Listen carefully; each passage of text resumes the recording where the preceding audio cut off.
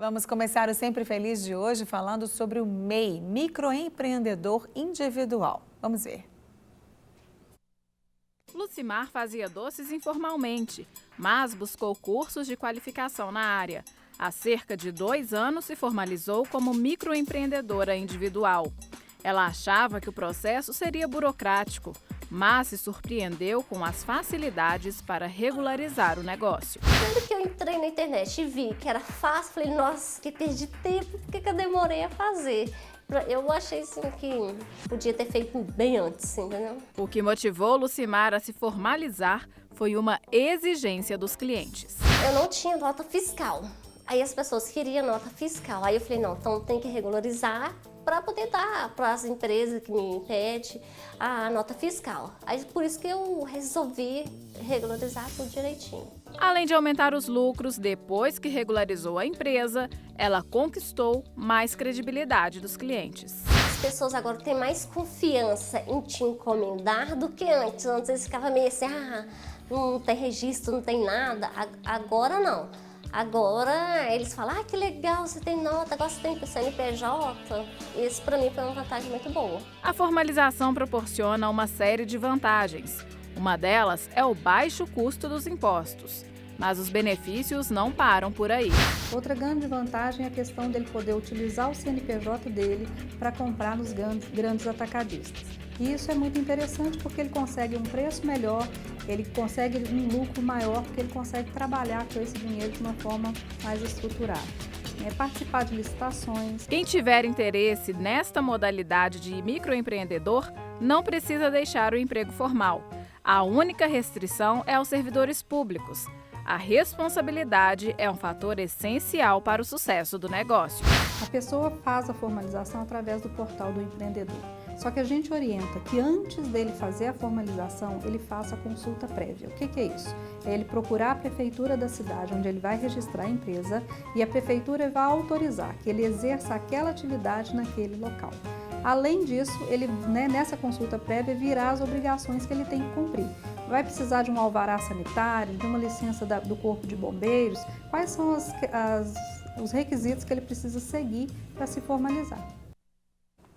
Muito bom. E para continuar falando sobre esse assunto, a analista do Sebrae Minas, Viviane Soares, está aqui com a gente e a gente vai continuar aprendendo um pouco mais sobre o microempreendedor individual. Tudo bem, Viviane? Tudo bem. Obrigada por ter vindo. Eu que agradeço o convite. Que bom. Já começou a esclarecer ali algumas dúvidas, né?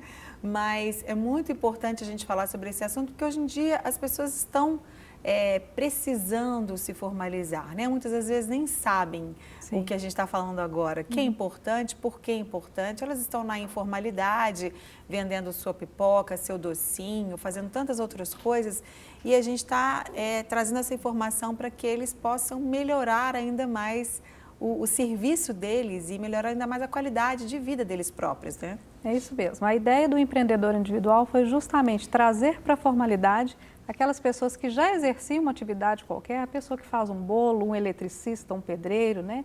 E não tinha nenhum benefício, né? E não tinha, o INSS não pagava, não podia emitir uma nota fiscal, então assim, ficava à margem. Tinha uma renda, mas tinha aquele caráter muito caseiro, muito amador. Formalizando não, como a própria pessoa do vídeo disse, passa a ser uma empresa, a credibilidade aumenta e atrai mais clientes, né? É verdade. Bom, você citou aí alguns casos. Quem pode se tornar um microempreendedor individual? Qualquer pessoa, o chaveiro que está para aquele carro na rua, né, para fazer chave para a gente, o eletricista, o bombeiro, todo mundo pode, Viviane? Ou tem alguma restrição além daquela que a gente viu ali do funcionário público? Tá. A lista de atividades permitidas ela é muito grande, tem mais de 400 atividades permitidas, muitas delas ligadas ao comércio e à prestação de serviço. A indústria tem um pouquinho mais de restrição, porque depende do local, né, o tamanho da empresa, então a indústria tem uma gama limitada de atividades. Mas a maioria do comércio e serviço pode sim ser microempreendedor individual. Joia. Bom, a gente já falou ali, a gente viu na matéria também, falando mais ou menos de algumas vantagens, então eu queria que você falasse para a gente de novo. Existem algumas desvantagens ou não? Só tem vantagem? Bom, tudo na vida tem vantagens e desvantagens. É verdade. Né? A pessoa, perfeito é só o céu. Só o céu. A pessoa vai ter que avaliar. Para ela, o microempreendedor individual cabe? Por exemplo, eu trabalho com bombom. Só que uma pessoa apenas para me ajudar, eu e mais uma pessoa, não é o suficiente para o tamanho da produção que eu quero. Eu preciso de mais uma pessoa para me ajudar. Infelizmente, o empreendedor não é a opção nesse momento. Não, somos eu e meu marido, nós seremos sócios. Sócio não pode para o empreendedor individual. Então, a pessoa tem que avaliar, né? Quais são as condições? Primeira delas, não faturar mais que R$60 mil no ano, que dá uma média de R$5 mil por mês, né? De janeiro a dezembro, R$60 mil. Ele não pode ter filial. Eu vou abrir uma empresa no bairro Santo Antônio e uma outra loja na Pampulha. Não, é um único endereço. Eu já tive uma empresa no meu nome, não dei baixa, só está inativo no momento. Não, se o seu nome estiver vinculado a uma empresa, não pode. Então, tem essas limitações. Ok. Na verdade, não são desvantagens, são apenas limitações, restrições, para que, claro, se encaixe em cada perfil. De repente, a pessoa, ela acha que ela vai abrir uma... Ou seja, ela vai se formalizar como microempreendedora e, na verdade, ela vai precisar abrir uma microempresa, no caso, como você disse, de 2 ou 3, ou uma filial, aí já se encaixa num outro esquema, né? Um outro regime. Num outro regime. E, então, o microempreendedor individual é individual mesmo, né? Uma pessoa só. Uma pessoa só. Passou se ele precisar, um funcionário apenas, ganhando um salário mínimo ou piso da categoria, se houver.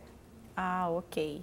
Entendi. Ele não pode, eu vou pagar 2 salários para o meu funcionário. Não, não pode. É um salário mínimo ou o piso da categoria. E os impostos? Como que funcionam os impostos para ele? A carga tributária ela é bem pequena, né, é bem vantajoso. A pessoa paga apenas R$ 32,20 por mês, de 5% do INSS, ele paga 5% do salário mínimo, ele paga de INSS. Dependendo da atividade, se for comércio, ele paga mais R$1 de ICMS. Se for serviço, R$5 de ISS. Então, o valor pode variar de R$ 37,20 a R$ 42,20, dependendo da atividade. Apenas isso de impostos para formalização. E o que ele recebe? O que ele pode receber? Ele tem a questão do INSS, né, que ele contribui, ele tem depois, ele pode se aposentar normalmente. Quais são as vantagens? Se formalizando como MEI, ele tem todos os benefícios previdenciários, né? Aposentadoria por idade ou por invalidez, acidente de trabalho não tem como mudar?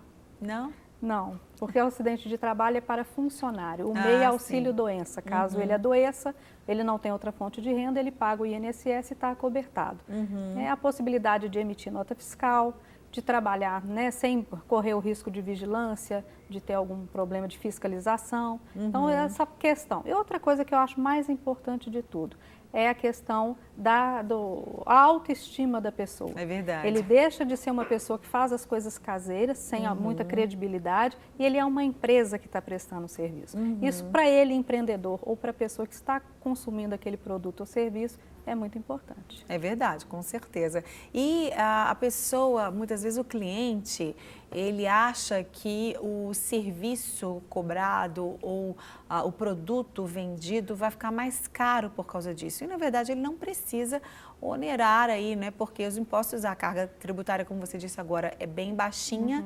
E se ele tiver mais um funcionário, significa que ele está produzindo mais também. Então, ele não precisa também colocar aí, aumentar o preço, o valor dos seus produtos, dos seus serviços por causa disso, né? Não, de forma alguma. Tanto que uma coisa interessante, ele se formalizando, ele vai ter um CNPJ. Dependendo da atividade, por exemplo, a pessoa que faz bolo, ela pode comprar numa quantidade maior com CNPJ, esse produto sai mais barato e ela não precisa repassar esse valor para o cliente dela. Ela pode continuar cobrando o mesmo valor. É verdade. E quem tem o CNPJ pode participar de feiras, pode comprar, como você disse, né, no atacado, alguns produtos, o que a pessoa que não é uma empresa, uma pessoa física, já não pode fazer, Já né? não pode fazer. Muito Então, interessante. é muito interessante porque ele pode ampliar o número de clientes atendidos, porque ele tem a nota fiscal, ele pode atender empresas, no caso. Né? Então, aumenta aí o leque de clientes atendidos. É verdade, muito interessante.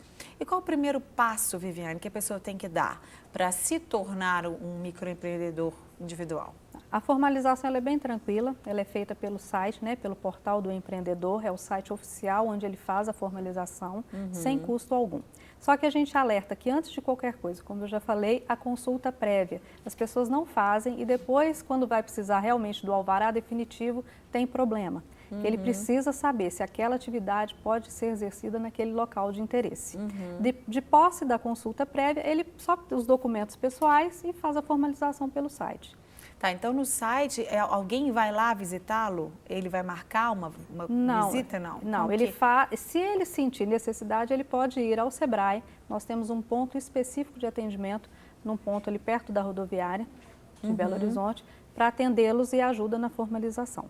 Se não, ele consegue mexer no computador, tem domínio de informática, ele faz sozinho, com uma total autonomia. Ah, ok. E é só para Belo Horizonte ou não? O estado inteiro pode, através do site, da internet, também pode se tornar? O estado inteiro ele acessa o site do local onde ele estiver.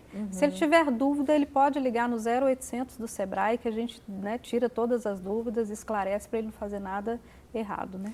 Joia. A gente está com os contatos no vídeo, mas você pode também olhar aquela câmera 3 ali, falar o telefone, os contatos, por favor, Viviane, Tá. que infelizmente nossa conversa já está acabando, mas aí você deixa ali os contatos, para que as pessoas que estão assistindo a gente estão se encaixando aí nesse perfil e procurem, né? Entrem no site, procurem, porque com certeza vai ser só ganhos. Não, com certeza. A central de relacionamento do Sebrae é 0800 570 0800 e o site é www.sebraeminas.com.br/atendimento. Ok, Viviane, muito obrigada pela sua visita, né, a gente aqui, pela sua presença. Aprendemos bastante e tomara que muito mais pessoas já se cadastrem também depois da nossa conversa aqui. Obrigada pelo convite e a oportunidade de esclarecer as dúvidas, né, tão importante. Com certeza. Obrigada, querida.